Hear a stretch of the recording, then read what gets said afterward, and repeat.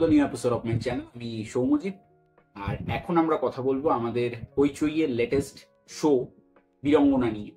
যে শোটা গতকাল রাতে আমি কমপ্লিট করেছি। তো কেমন লাগলো এই শোটাতে টোটাল 7টা এপিসোড আছে এবং প্রত্যেকটা এপিসোডের যে ডিউরেশন সেটা 20 মিনিটের মধ্যে। কিছু কিছু এপিসোডের ডিউরেশন 20 মিনিট থেকে 1-2 মিনিট বেশি, আর লাস্টের এপিসোডটা 30 মিনিটসের মধ্যে।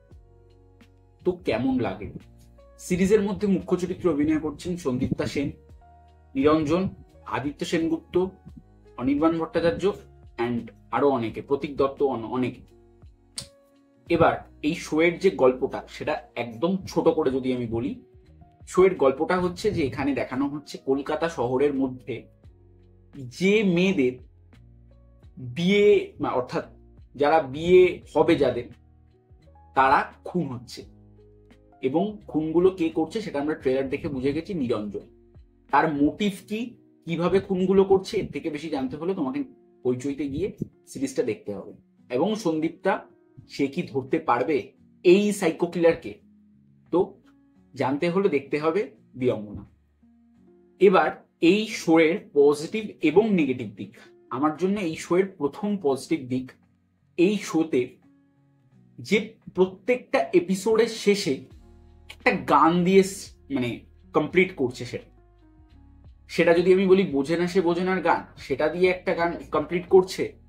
22 শ্রাবণ, একবার বল নেই আর কেউ নেই। তো প্রত্যেকটা এপিসোডের শেষে একটা গান দিয়ে কমপ্লিট করছে, যেটা আমার ভীষণ ভালো লেগেছে।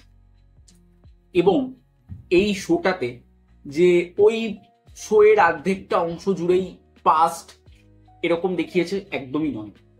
শোয়ের আরেকটা জিনিসও আমার ভালো লেগেছে, যেটা এই শোটাতে প্রত্যেকটা এপিসোড যখন শুরু হচ্ছে তখন একটা পাস্ট দেখাচ্ছে, কিছু পাস্ট দেখাচ্ছে। সেটা কার কার ক্যারেক্টারে দেখাচ্ছে আমি বলবো না, কিছু পাস্ট দেখাচ্ছে, সেটা কিন্তু আমার বেশ ভালো লেগেছে।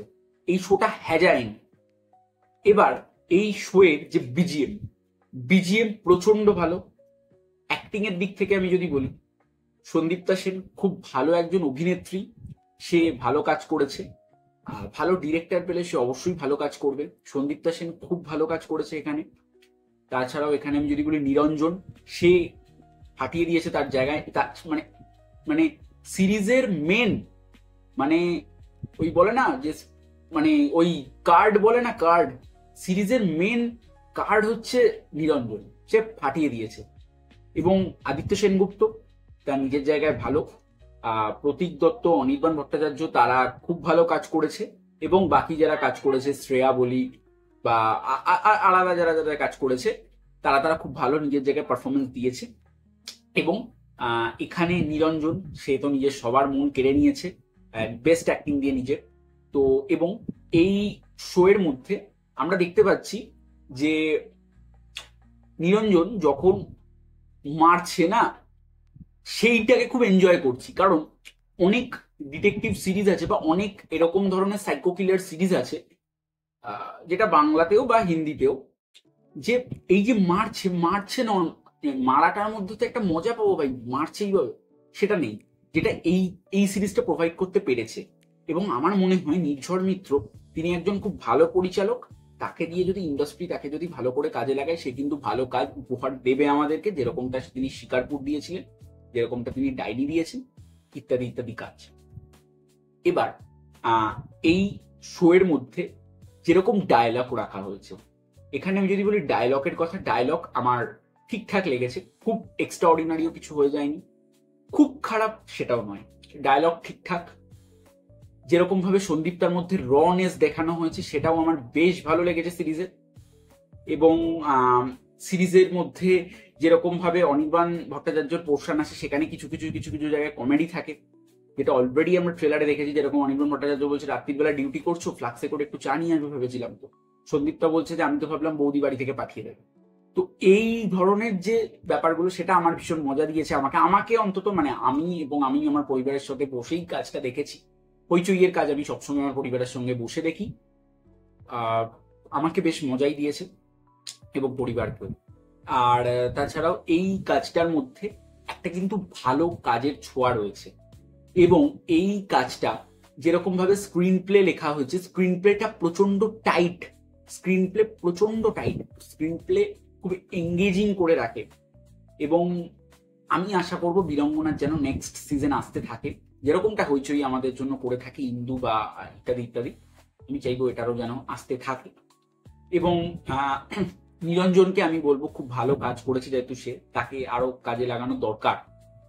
এবং এই সিরিজে আমি যদি এবার আসি, সং সিরিজের কিছু নেই, বিজিএমটা তো বললাম খুব খুব খুব ভালো লেগেছে।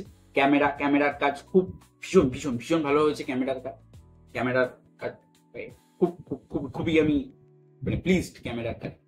তাছাড়াও আমি যদি বলি এই সিরিজটার মধ্যে রান টাইমটা একটা সিরিজের ক্ষেত্রে কিন্তু খুব ম্যাটার করে, যেটা এই সিরিজের ক্ষেত্রে খুব ভালো। খুব ছোট এপিসোড, খুব ভালো লেগেছে।